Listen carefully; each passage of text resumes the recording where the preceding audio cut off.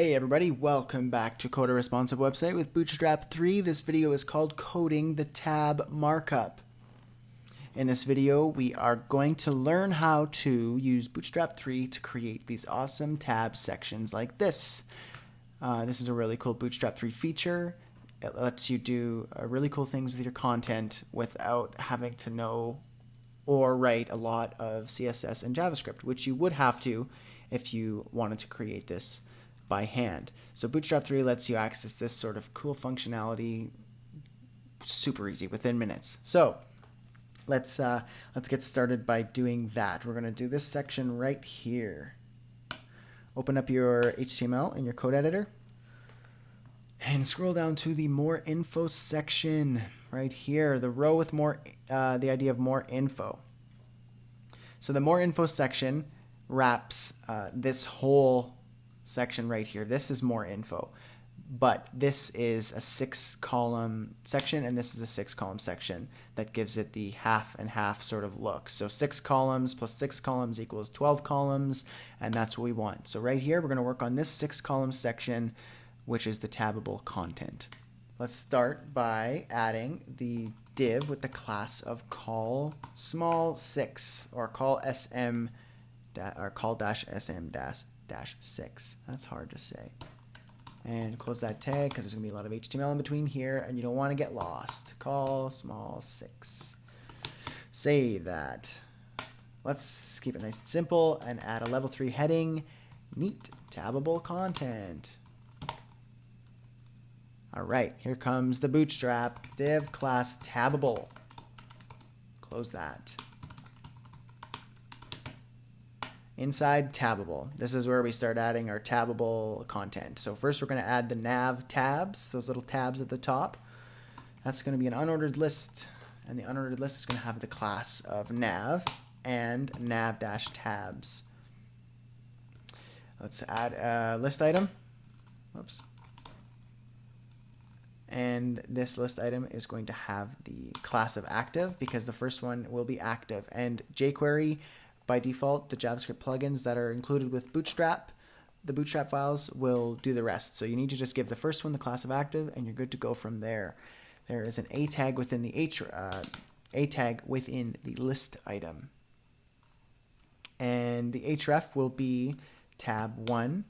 We'll get there in a minute. There's actually going to be a tab with the ID of tab 1, so that's what that will select. So let's add a an attribute called data toggle, and that will be tab. So toggle the tab, and the text within this A tag will be section 1. Save that. Copy and paste that. Take out the class of active on the second item. Or if you have 4 or 5 items, take them all out except for on the first one. This will be tab 2, section 2. Save that. And let's just see if that gives us anything. So, no, nothing. Just a couple links right here with some background hovers. But that's okay. We'll get there. Okay, and let's add a div with the class of tab-content. Close that div.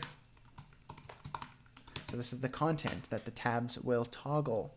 So another div inside this tab content. Give it the class of tab-pane and active. So this is the active one, just like the first tab is the active tab. Give it the ID of tab 1. Hence this href right here. Tab 1, the ID of tab 1, it's selecting this tab right here, so this content right here. So tab 1 selects the ID of the first tab selects the ID of tab 1. Hopefully I made sense. Within this div,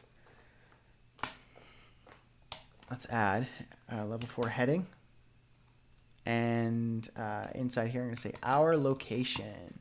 But I have a couple cool things in there. I have the small tag. If you remember, I told you earlier that inside any of the level 4, inside of any of the headings, you can put a small tag and have kind of a subheader style text within it. So I'm going to put more like our favorite And that's how you spell favorite properly, at least if you're Canadian. Surf spot. Save. All right, there's actually one more thing left. There's I actually want to put a glyph icon. So let's open glyph icons and find out if there's like a little map marker, like one of the little pins. This is exactly what I want. So I want to find out what this is called. Glyph icon map marker. All right. So I select that by going span. We're going to use a glyph icon class. Whoops. Glyph icon and glyph icon dash map dash marker. Save. Let's go check that out. There we go. Our location, more like our favorite surf spot. So there's a little map marker using the glyph icon. That's cool. Okay, and let's add a paragraph tag. And what's really cool about Coda 2, the code editor I'm using, is that I can quickly add lorem ipsum text. Just by typing lorem and then tab, it'll fill out some lorem ipsum text if I don't have anything to write. So I'm just going to copy and paste that a couple times. Just a couple paragraph tags with some text in there. You can use hipster ipsum, lorem ipsum, you could write real words, whatever. Save that. Just so we don't get confused, I'm going to say end tab pane. Save that, go back to your website. All right, so there's some text here. It's not looking like tabbable content yet, but we'll get there. Okay, back in our HTML. Actually, I just noticed something.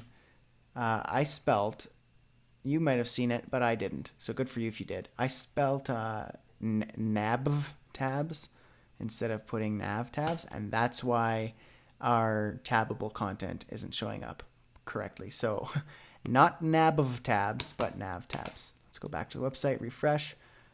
This is already looking so much better. So let's go back here, and we're going to add something really cool to our tab content. We're going to add a Google map, like an actual interactive real Google map. We're going to embed it in this tab content. So it's really easy to do that. Just go to Google Maps or maps.google.com or .ca, doesn't really matter, and type in the location you'd like to have in your map. So I put Waikiki Beach because I like that place. And click on this little link icon up in the corner here. And click Customize and Preview Embedded Map. And choose Custom. However, we're going to change the height and width in our actual HTML because Google doesn't allow you to choose percentages. So let's just say we want the height to be 200 pixels and the width, just put 200 for now. We're going to change it after. So copy this code right here and go back to your index.html and paste it right here, right after your level 4 heading. And let's remove this small tag and the break tag. That just says view larger map and just opens a link. We don't need that. And width, instead of just 200, put 100%. And save that. And now if you go back to your website and refresh, you should have your Google Map in here, and it's totally interactive like this. So that's our Google Map for our first section of this tab content. Let's have a little look here on the final website. So yeah, that looks pretty much identical. I just have a little bit different of a map. That's okay because you'll have a different map too. You could change it here. You could zoom in, zoom out. Oh, I don't want Google Earth. Like so. Pretty cool. All right, so let's see here. Now we're actually going to add the second tab pane. So tab 2, not just tab 1. Let's do tab 2. Okay, so let's add div. Give it the class of tab-pane. Close that, and tab pane. And also give it the ID of tab 2 so that the tab 2 link can target this content. In between these tags, let's add a level 4 heading. And inside that, let's say a left floated picture. And let's add a small tag within there to have a little subheading within that header using placehold.it. And I'm going to add a little dummy image, and a really cool way that you can add dummy images without saving and exporting them in Photoshop and taking up space in your images folder. If you just want a temporary image, you could just add a placehold.it image. It's a website, placehold.it. And it's a really quick and simple image placeholder, and you just have to use a URL like this, and you could choose the height and the width like this, and paste it. And you can do a bunch of other extra things if you wanted to. So go to placehold.it, and so all you need to do is in your source of the image tag, just go placehold.it. And I'm just going to make it 140 pixels by 140 pixels. You just need to add one number to have them both be the same height and width. And let's give it the class of thumbnail. This is a Bootstrap class that will make the image have kind of a cool thumbnail look to it. So let's save that, and I'll show you what that looks like. So in your second tab down here, click on section 2, and there you go. There's the thumbnail. So let's add more stuff. I'm gonna add a couple paragraph tags with some lorem ipsum in there, just as an example. Save. Okay, so there is the text. And then after this, we're actually going to add a horizontal rule, so HR. And we're gonna add a button. And we're not gonna make the button do anything yet, but it's going to trigger a modal window. And I'll explain what that is in the next lecture, but let's just add the button first. Okay, so ahref. It's going to target my modal, and we'll get to that, like I said, in the next lecture, but just add it for now, and we'll continue after. Role, button, class, button, button warning, to get that orange button, data toggle, modal, and inside of here, click for a modal window. But I also want to add a glyph icon. So span class glyph icon hand dash up. Close that there. Save. Close the span tag actually, and save. And let's see what this looks like so far. Section 2. And there's the button right there. Here's the horizontal rule, the text, the image. Now the image is not left floated yet, so we can do that by simply adding another class to the thumbnail, and that class will be pull-left, and that will float this left. So let's see if it worked. And there it is, it's floated left. However, it's too tight right here. We need to fix that. We need to use some CSS to give some space around this image. So go back to your code editor. So open your style sheet, and down in the global styles section, add a class and target the image, the class of thumbnail, and give it that image margin 0, 20, 10, and 0. Save that and check out the website.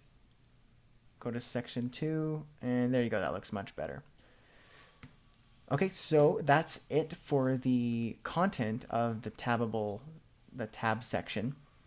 But we're in the next lecture, we're going to code the modal window, and the modal window looks like this. So we're actually going to code this in the next lecture. So I'll see you there.